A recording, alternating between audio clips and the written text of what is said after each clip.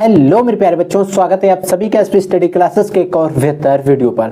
तो बच्चों आज हम लोग पढ़ने वाले हैं क्लास 12th बायोलॉजी के बारे में। बच्चों बायोलॉजी की जो महामैराथन क्लास है, महामैराथन वीडियो है, महामैराथन सीरीज है, ये आज से शुरू हो रही है। जैसा कि मैंने आप लोगों के साथ प्रोमिस किया था कि 15 सितंबर से आप लोगों के साथ सीरीज हम डिस्कस करने वाले हैं। तो आज हम इसका फर्स्ट लेक्चर लेकर आए हैं। इस फर्स्ट लेक्चर के अंदर हम बहुत सारी चीज़ों को पढ़ने वाले हैं, हर एक टॉपिक को कवर करने वाले हैं। बच्चों जो सीरीज है काफ़ी ज़्यादा यूजफुल रहने वाली उन सभी विद्यार्थियों के लिए जिन्होंने अभी तक प्रिपरेशन स्टार्ट नहीं की है या फिर उन्होंने स्टार्ट कर दिया और उनकी प्रिपरेशन में कोई खास अभी चेंज नहीं हुआ है। और कुछ ऐसे बच्चे हैं जो अभी सोच रहे हैं, डिप्रेशन में हैं कि सर अभी तक हमने कुछ भी नहीं पढ़ा है, अब हम क्या करेंगे, कैसे पढ़ेंगे।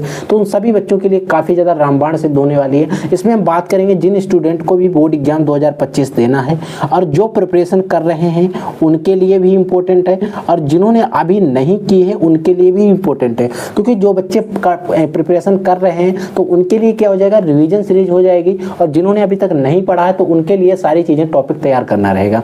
बच्चों इस वीडियो के अंदर, इस सीरीज के अंदर जो भी क्वेश्चन लिए जा रहे हैं वो अगर आप प्रीवियस ईयर क्वेश्चन की बात करेंगे, यानी कि PYQ जो होते हैं उनकी अगर आप बात करेंगे, यानी कि ऐसे टॉपिक लिए गए जो प्रीवियस ईयर क्वेश्चन पेपर में आए हैं या फिर आपके आगे आने वाले बोर्ड एग्जाम में पूछे जाने वाले हैं, उन सभी टॉपिक को डिस्कस किया गया है, उन सभी टॉपिक को पढ़ाया गया है। आपको लिमिटेड कंटेंट दिया जाएगा, उसी कंटेंट से आपको अच्छे से अच्छे मार्क्स दिलाए जाएंगे। और हमारा टारगेट रहेगा और आप सभी का टारगेट रहेगा कि हमें बायोलॉजी के अंदर हमें पूरे 70 में 70 नंबर लाने हैं। इन सभी टॉपिक को पढ़ेंगे ताकि हम 70 में 70 स्कोर सोचें और उसमें से कुछ ना कुछ स्कोर हम कर सकते हैं। मैं ऐसा नहीं कह सकता हूं कि मैं गारंटी ले रहा हूं कि आप 70 में 70 ला सकते हैं, गलत है। नहीं कोई गारंटी ले सकता है। आप नहीं पढ़ेंगे, हम गारंटी नहीं लेते हैं, मैं नहीं ले सकता हूँ, कोई भी लेता हो उससे में नहीं फर्क पड़ता है, लेकिन मैं आपको से गारंटी नहीं लेता हूँ कि 70 में 70 फंसवा देंगे। नहीं होता है बच्चों। काफ़ी बच्चे पढ़ते हैं, काफ़ी समय तक पढ़ते हैं, उनके 70 में 70 नहीं आते हैं, और आप 1 से 2 महीने में 70 कैसे ला सकते हैं? बस हाँ ला सकते हैं, ये भी क्लियर है कि आप अगर अच्छे से पढ़ेंगे, हर एक टॉपिक को समझेंगे, सभी क्वेश्चन करेंगे, क्वेश्चन प्रैक्टिस करेंगे, तो आप 70 में 70 भी ला सकते हैं, कोई बड़ी बात नहीं है। 30 नंबर प्रैक्टिकल के आपके कॉलेज की तरफ से होते हैं, जो भी आप उसमें अच्छा स्कोर करेंगे तो उसमें भी आपको मिल जाएंगे। तो आप जितना भी कर सकते हैं आपके ऊपर डिपेंड है। आप 70 में 70 ला सकते हो, 70 में 10 नंबर भी ला सकते हो, 70 में 23 नंबर आपके लिए मिनिमम चाहिए पास होने के लिए। 70 में 23 से नीचे आ जाओगे आप फेल हो जाओगे। लेकिन मैं इस चीज की गारंटी ले सकता हूँ, इस सीरीज को देखने के बाद, सीरीज को पढ़ने के बाद, इस सीरीज को कवर करने के बाद आपको फेल होने का डर नहीं रहेगा। बस आपने अगर इस सीरीज को पढ़ लिया, समझ लिया तो आप फेल नहीं होगे, मेरी गारंटी है। बस आपको एक एक क्वेश्चन को अच्छे से समझ लेना है, ठीक है। तो बच्चों इस सीरीज में हम बता दें आपको 9 से 10 लेक्चर लगने वाले हैं। क्या होगा, 9 से 10 लेक्चर लगेंगे, और हर एक, जैसे आज 15 तारीख को इसका लेक्चर आएगा, अब 16 को इसका लेक्चर नहीं आएगा, 17 तारीख को इसका लेक्चर आ जाएगा। इसी तरीके से आपको मिलता रहेगा 8 से 10 लेक्चर। फिर उसके बाद फिजिक्स, केमिस्ट्री सारे टॉपिक आपको पढ़ाए जा रही हैं। केमिस्ट्री के लिए हमारे पास टीचर आने वाले हैं, वो अगर आ जाते हैं तो आपका जल्दी उसका भी हम रिवीजन क्लासेस शुरू कर देंगे, ठीक। तो बच्चों अब हम बात करते हैं इससे पहले टॉपिक की, और जो भी हमारे इंपॉर्टेंट टॉपिक हैं उनको पढ़ लेते हैं। तो देखिए बच्चों हमारा पहला टॉपिक क्या है, लघु बीजाणु जनन पर टिप्पणी कीजिए। अब बच्चों टिप्पणी कीजिए क्या होता है, क्वेश्चन 1 नंबर में आपसे पूछा जाता है। 1 नंबर में, सिर्फ 1 नंबर में होता क्या है बच्चों, 2 वर्ड होते हैं, आप लोगों ने सुने होंगे। एक वर्ड होता है लघु और एक वर्ड होता है बच्चों गुरु। लघु और गुरु 2 वर्ड होते हैं। तो बच्चों लघु वर्ड किसके लिए प्रयोग किया जाता है? लघु वर्ड जो होता है बच्चों वो नर के लिए प्रयोग किया जाता है, और मादा के लिए क्या होता है बच्चों, हमारा गुरु वर्ड प्रयोग किया जाता है। लेकिन यहाँ पर हम पढ़ रहे हैं लघु बीजाणु जनन, यानी कि लघु बीजाणुओं के निर्माण की प्रक्रिया, यानी कि लघु बीजाणु शब्द का मतलब यहाँ पर है वो बच्चों आपके परागकण से है। किससे? परागकण, यानी कि जिनको हम कहते हैं पोलन ग्रेन, ठीक है। पोलन ग्रेन से यहाँ पर मतलब है। और अगर हम कहेंगे गुरु बीजाणु, या आप इसको कह सकते हैं भ्रूण कोश भी कह सकते हैं गुरु बीजाणु को। देखिए तो यहाँ पर पहले डिफिनेशन पढ़िए, लघु बीजाणुओं के निर्माण की प्रक्रिया को लघु बीजाणु जनन कहलाती है। यानी कि लघु बीजाणुओं के निर्माण की जो प्रक्रिया है उस प्रक्रिया को, या वो प्रक्रिया ही लघु बीजाणु जनन कहलाती है। लघु बीजाणु मात्र कोशिका और अर्धसूत्री विभाजन द्वारा लघु बीजाणु, जो कि यहाँ पर लिखा गया है क्या है, परागकण, लघु बीजाणु यानी कि परागकण का निर्माण करती है। एक चीज याद रखना, कोई भी मदर सेल हो, कोई भी माता सेल्स हो, कोई भी आपकी जो जो मात्र कोशिका हो, उसमें क्या होता है वो कभी हेप्लॉइड नहीं होती है। क्या होती है? कभी हेप्लॉइड नहीं होती, वो हमेशा डिप्लॉइड यानी कि 2n स्ट्रक्चर ही होगा। ये चीज याद रखना काफी ज्यादा इंपॉर्टेंट है। कहीं पर भी अगर मदर सेल्स के बारे में पूछ ले तो आपको ट्रू एन लगा देना, ठीक है। अगला बच्चों है भ्रूण कोष पर टिप्पणी कीजिए। देखिए कई बच्चे क्या करते हैं, यहाँ पर कंफ्यूज हो जाते हैं। एक बच्चों आपका स्ट्रक्चर होता है जिसको कहते हैं भ्रूण कोष। ये भ्रूण कोष क्या होता है और भ्रूण कोष क्या होता है? देखिए बच्चों, भ्रूण क्या कोष जो होता है अगुणित संरचना होती है, यानी कि एक एन संरचना होती है, जिसको हम कह सकते हैं हैप्लॉइड स्ट्रक्चर होता है। लेकिन बच्चों जो भ्रूण कोष होता है ये त्रिगुणित संरचना होती है। कैसी होती है? त्रिगुणित संरचना होती है, 3n स्ट्रक्चर होता है। इस चीज को आपको ध्यान रखना है। अब होता क्या, इसका निर्माण कैसे होता है? देखिए अगर आपने थोड़ा बहुत पढ़ा होगा और समझा होगा तो आपने एक इस तरीके का स्ट्रक्चर देखा होगा। यहाँ पर 2 सेल्स और 3 सेल्स होती हैं इस तरीके से, नीचे भी 3 सेल्स होती हैं, यहाँ पर भी 2 सेल्स होती हैं जिनको द्विध्रुवीय केंद्रक कहते हैं। इनको द्विध्रुवीय केंद्रक कहते हैं, द्विध्रुवीय केंद्रक कहते हैं। ये बच्चों आपकी प्रतिमुखी सेल्स होती हैं। क्या होती हैं? प्रतिमुखी सेल्स, प्रतिमुखी कोशिकाएं आप कह सकते हैं। और यहाँ पर बच्चों जो नीचे वाली 2 होती हैं आपकी सहायक कोशिकाएं होती हैं, सहायक कोशिकाएं, सहायक कोश सेल्स। और यहाँ पर ए वाली बच्चों क्या होती है? एग सेल्स होती है, यानी कि अंड कोशिका होती है, अंड कोशिका होती है। होता क्या है, यहाँ पर जो परागकण की एक मान लीजिए यहाँ पर नली है, इस नली में 2 परागकण आ रहे थे, ठीक है। परागकण 2 परागकण आ रहे थे। जो परागकण मात्र कोशिका होती है वो विभाजित करके 2 परागकणों का निर्माण करती है, ठीक है। 2 नरयुग्मक बनते हैं परागकण के अंदर। अब ये दोनों नरयुग्मक परागकण में यहाँ पर इस नलिका के थ्रू आ रहे थे। इसमें बच्चों जो पहला वाला होगा वो इस अंड कोशिका के साथ समेकन करेगा, और अंड कोशिका के साथ समेकन करके भ्रूण कोष यानी कि भ्रूण कोष बना लेगा। आप कह सकते हैं हाँ भ्रूण कोष बना लेगा, ठीक है। लेकिन इसका दूसरा वाला नरयुग्मक जाकर यहाँ पर द्विध्रुवीय केंद्रक से समेकन कर लेगा। अब बच्चों जो नरयुग्मक ए वाला भी एन था और दूसरा वाला भी एन था। अब यहाँ पर देखिए एक सेल्स ए है, एक सेल ए है, यानी कि दोनों सेल अगर इनको मिला दें एक में तो 2n स्ट्रक्चर बन जाएगा। और एक एन ये दूसरा वाला यहाँ पर दूसरा नरयुग्मक है, इसके साथ जाकर समेकन करेगा, फ्यूज हो जाएगा, तीनों एक में हो जाएंगे। अब ये संरचना कैसी हो जाएगी बच्चों? त्रिगुणित हो जाएगी। और यहाँ पर यही संरचना है जो भ्रूण कोष कहलाती है। चीज याद रखना है, क्या लिखा है? द्विध्रुवीय केंद्रक और दूसरा नरयुग्मक मिलकर या फिर समेकन करके प्राथमिक भ्रूण कोष केंद्रक बनाता है। इसको हम प्राथमिक भ्रूण कोष केंद्रक कहते हैं, ठीक है। केंद्रक बनाते हैं और ये त्रिगुणित होता है, और ये सिर्फ आवृतबीजी पौधों में पाया जाता है। अन्य प्लांट्स में ऐसा नहीं होता है, ऐसा कि इस प्रकार की प्रक्रियाएं नहीं चलती हैं। ये सिर्फ एंजियोस्पर्म प्लांट होते हैं, उनकी विशेषता होती है। इस चीज का आप चाहे स्क्रीनशॉट ले सकते हैं, क्योंकि ये जो है काफी इंपॉर्टेंट है। इसको पूरे को अगर हम कहें तो भ्रूण कोष कहते हैं, ठीक है। यहाँ पर भ्रूण कोष का निर्माण भी हो रहा तो आप इसको पूरे को हम भ्रूण कोष ही कहते हैं, भ्रूण कोष कह सकते हैं, ठीक है। और ये आगुणित संरचना होती है, इसको याद रखना, क्योंकि इसका भी स्ट्रक्चर बोर्ड में पूछ लिया जाता है, ठीक है। ये चीज याद रखना, ऐसे बना लेना है। इसमें 3 सेल जिनको प्रतिमुखी कोशिका कहते हैं, 3 नीचे होती है, उसमें 2 सहायक कोशिका होती है, एक अंड कोशिका होती है, द्विध्रुवीय केंद्रक होती है, याद रख लेना, ठीक है। अब बच्चों अगला हमारा टॉपिक है परागण पर टिप्पणी कीजिए। देखिए परागकण चीज अलग होती है, परागण चीज अलग होती है। देखिए अगर बच्चों मैं बात कराऊं परागण की, तो मान लीजिए यहाँ पर एक हमारा फ्लावर था, ये हमारे पौधा है, इसमें फ्लावर समझ लीजिए, ये पौधा था, और एक ऐसा है मादा पौधा है, ठीक है। यहाँ पर या आप पौधे, चलो हाँ 2 पौधे ले लिए, ये भी फ्लावर हमारा है। इसमें क्या होगा, ये मादा पौधा आप मान सकते हैं और ये नर पौधा मान सकते हैं। अभी मैं दूसरे तरीके से भी आपको समझा दूंगा। यहाँ पर क्या होगा, परागकण बनेंगे, बहुत सारे पोलन ग्रेन बनेंगे और ये परागकोश से निकलेंगे। और यहाँ पर क्या होगा बच्चों, आपका वर्तिकाग्र होगा। एक तरीके से हम ऐसा स्ट्रक्चर आप लोगों ने देखा होगा, इस तरीके से ये वर्तिकाग्र होगा। अब जो परागकण है इनको निषेचन करना रहेगा। ये परागकण जो है परागकोश से, मान लीजिए यहाँ पर आप पूरा स्ट्रक्चर, यहाँ पर आप परागकण रखिए सिर्फ। इन परागकण जो होंगे, इस परागकण जो परागकोश से निकलेंगे, और परागकण परागकोश से कैसे निकलते हैं मैं सारी चीज़ आपको पढ़ाऊंगा। यहाँ से परागकण परागकोश से निकलेंगे और यहाँ वर्तिकाग्र पर पहुँचेंगे। अब यहाँ से यहाँ तक पहुँचा और यहाँ से यहाँ तक गए कौन, परागकण गए। और इस पहुंचने की जो प्रक्रिया हुई यहाँ से यहाँ तक, इस प्रक्रिया को ही बच्चों क्या कहते हैं, परागण कहते हैं। यहाँ से यहाँ तक जाने की प्रक्रिया को परागण कहते हैं। अब देखिए यहाँ पर लिखा हुआ क्या है, जब किसी पुष्प के परागकण परागकोश से निकलकर, परागकण जो है परागकोश से निकलकर वर्तिकाग्र पर पहुंचते हैं। कहाँ पहुंचते हैं, वर्तिकाग्र पर पहुंचते हैं, और तब इसे ही परागण कहते हैं। इस प्रकार की क्रिया को हम परागण कहते हैं। याद रखना, काफी इंपॉर्टेंट टॉपिक है। अगला बच्चों, दोहरा निषेचन पर टिप्पणी कीजिए। डबल फर्टिलाइजेशन, यानी कि डबल फर्टिलाइजेशन मतलब 2 बार निषेचन, मतलब एक बार भ्रूणकोश का बनना, एक बार भ्रूणपोष का बनना।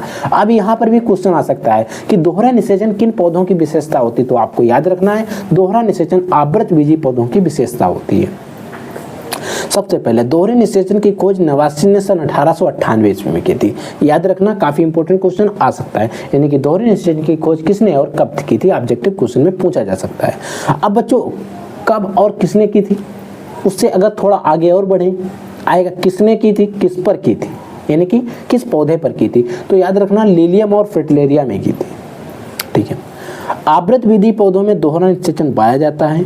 इन पौधों में 2 नरयुग्मक बनते हैं, यानी कि जो मेल गैमेट्स बनते हैं वो 2 होते हैं, जो भ्रूणकोश में उपस्थित अंडकोश का द्विध्रुवीय केंद्रक से समेकन करते हैं। जो हमारा भ्रूणकोश होता है उसमें उपस्थित अंडकोश का, जो कि मैंने अभी आपको बताया है कहाँ पर, ए अंडकोश का हो गई, और आपके द्विध्रुवीय केंद्रक से समेकन करते हैं। और जब दूसरी द्विध्रुवीय केंद्रक से समेकन करते हैं तो इसमें क्या होता है, इसमें पहला नरयुग्मक अंडकोशिका के साथ जुड़ता है या समेकन करता है, जिससे युग्मनज यानी कि जायगोट या फिर आप भ्रूणकोश भी कह सकते हैं, जो डेवलपमेंट होकर उसमें सारी प्रक्रियाएं चलेंगी, भ्रूणकोश बन जाएगा। या आप सीधे कह सकते हैं यहाँ पर क्या बन जाता है, हमारा युग्मनज बन जाता है। ये भी आप कह सकते हैं, यहाँ पर भ्रूणकोश ना कहकर आप इसको कह देंगे युग्मनज बनेगा।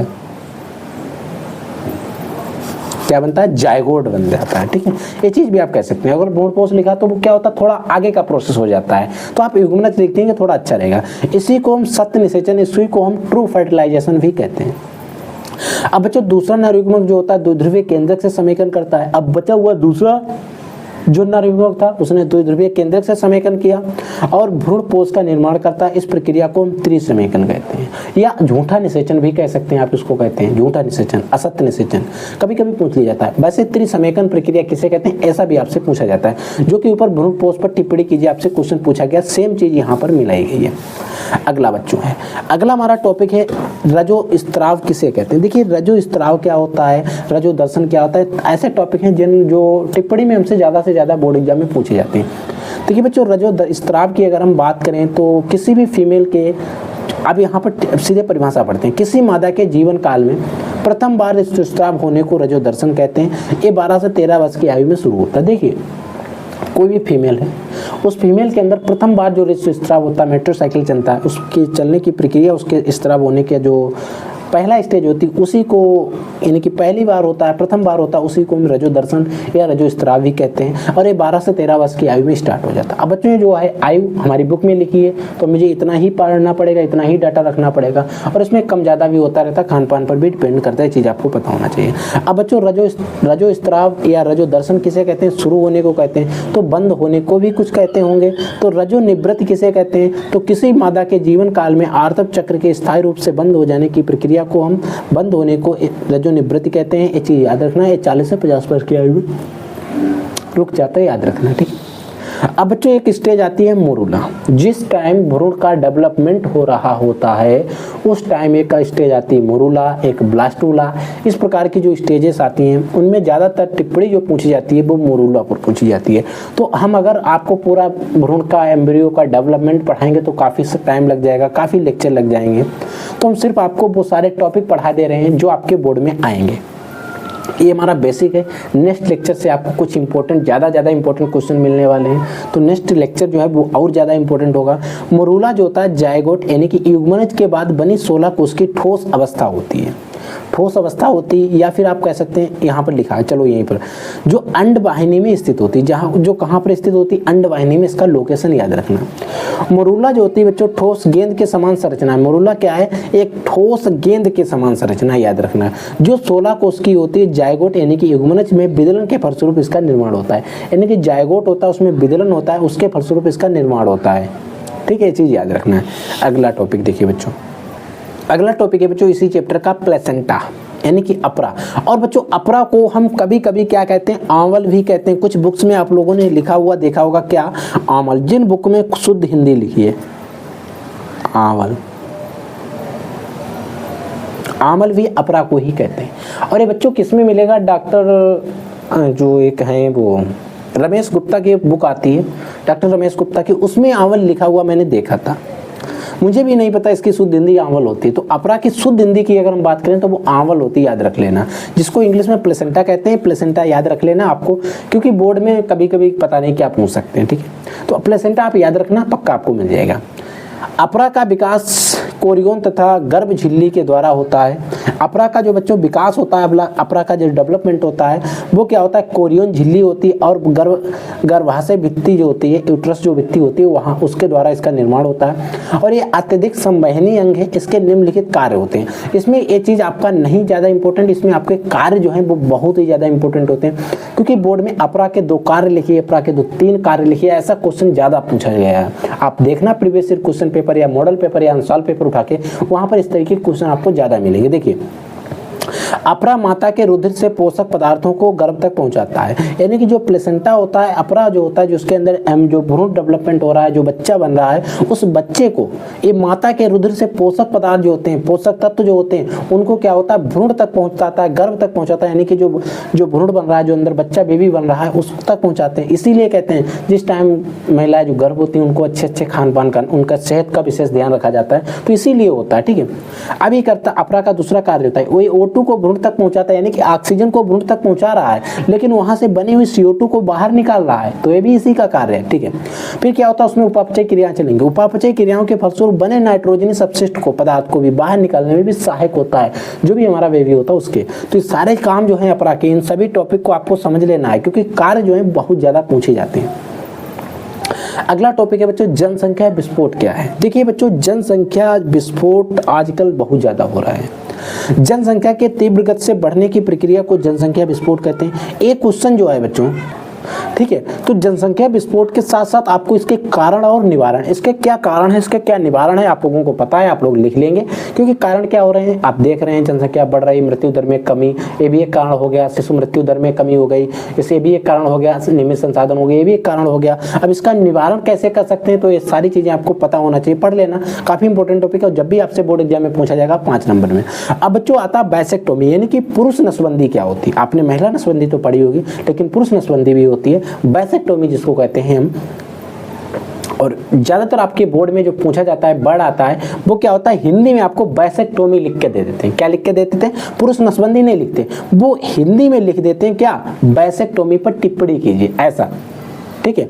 तो पुरुष में शुक्र वाहिनी जो होती है उसको काट कर बांध दिया जाता है, जिससे स्पर्म यानी कि शुक्राणु और अंडाणु आपस में नहीं मिल सके। इस प्रक्रिया को बाइसेक्टोमी कहते हैं। यानी कि जो होता है क्या, शुक्रवाहिनी होती है उसको काट कर बांध दिया जाता है, जिसका मेन रीजन होता है स्पर्म और ओवम को न मिलने से रोक देना, ठीक है। और इससे क्या होता है, जनसंख्या पर नियंत्रण होता है, ये भी एक कारण हो सकता है, ठीक है, याद रख लेना।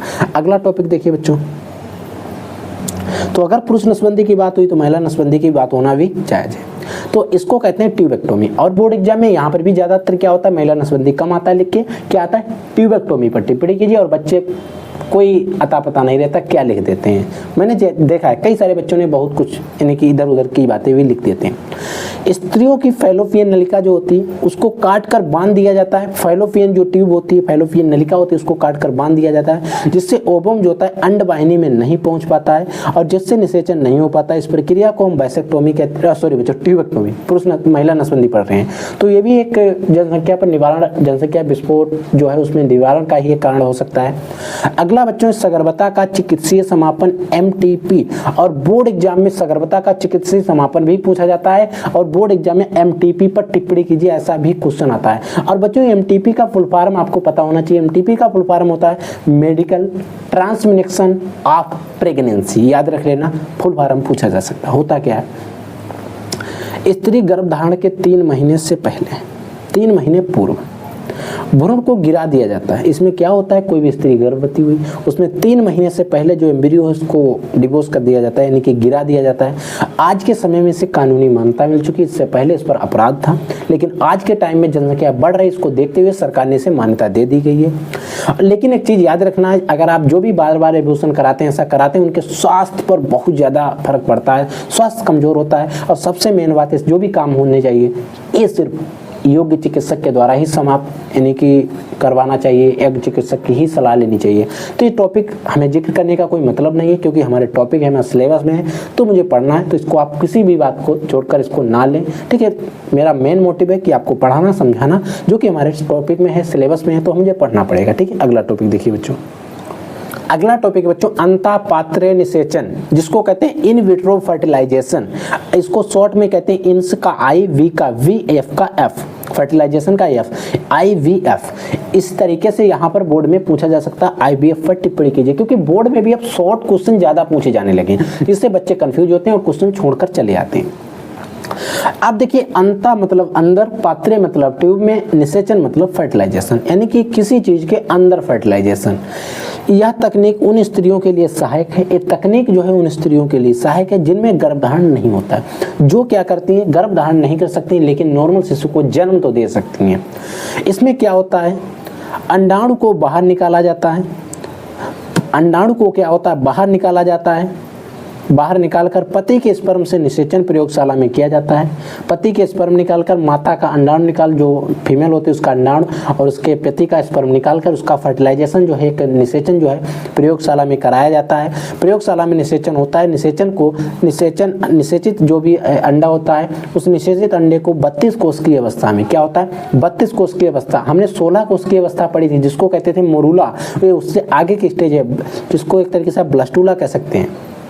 ये 32 कोष की अवस्था में इससे माता के जो गर्भाशय होता है, यूट्रस होता है, वहां पर इसको रोपित कर दिया जाता है। और गर्भविधि पूर्ण होने पर, जब भी गर्भविधि पूर्ण होती है तो माता जो है सामान्य शिशु को जन्म देती है। इस क्रिया को अंतःपात्रे निषेचन IVF कहते हैं। इस तकनीक को परखनली शिशु भी कहते हैं। परखनली शिशु पर टिप्पणी कीजिए, ऐसा भी आपसे क्वेश्चन पूछा जा सकता है। तो मैं बहुत सारे बात बता दे रहा हूं कि जिससे जिस तरीके से आपसे क्वेश्चन पूछा जा सकता है, कैसे भी क्वेश्चन पूछा जाए, आपको टॉपिक क्लियर होगा, कोई दिक्कत नहीं होगी। यानी कि अगर हम अंतःपात्र निषेचन की बात करें तो इसका मेन मोटिव है, जो भी फीमेल्स गर्भधारण नहीं कर सकती हैं, मतलब उनमें इतनी क्षमता नहीं कि वो ओवम और स्पर्म को मिला सकें, कि या तो हो सकता है ओवम में कोई निकलने में कोई दिक्कत होती होगी, या स्पर्म नहीं जा पा रहा होगा, वहाँ तक स्पर्म में कमजोरी होगी।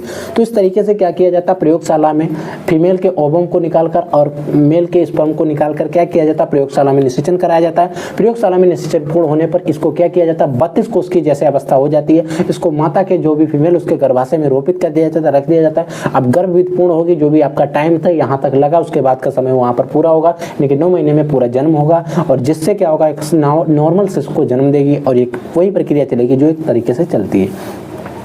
अगला बच्चों हमारा टॉपिक है एवं संचारित रोग या रचित रोग। इनको बच्चों सेक्सुअल ट्रांसमिटेड डिजीज STD भी कहते हैं। इस टॉपिक को बच्चों हम नेक्स्ट लेक्चर से करेंगे, इससे आगे हम नेक्स्ट लेक्चर के अंदर कंटिन्यू करेंगे, क्योंकि इसमें कई सारे हमको रोग पढ़ना पड़ेगा, उनको हम एक दूसरे से कनेक्ट करके पढ़ेंगे। और मैंने अगर आपको 1 से 2 रोग इसमें पढ़ा दिए, बाद बाकी उसमें पढ़ा दिए, तो मजा नहीं आएगा। इस यहाँ से टॉपिक को हम क्या करेंगे, नेक्स्ट लेक्चर के अंदर कंटिन्यू करेंगे, और उसमें हम कई सारे रोग पढ़ेंगे, जैसे उपदंश है, सिफिलिस है, डिसेरिया, गुलराई, और आपका यहाँ पर कई सारे रोग हमें पढ़ना पड़ेगा।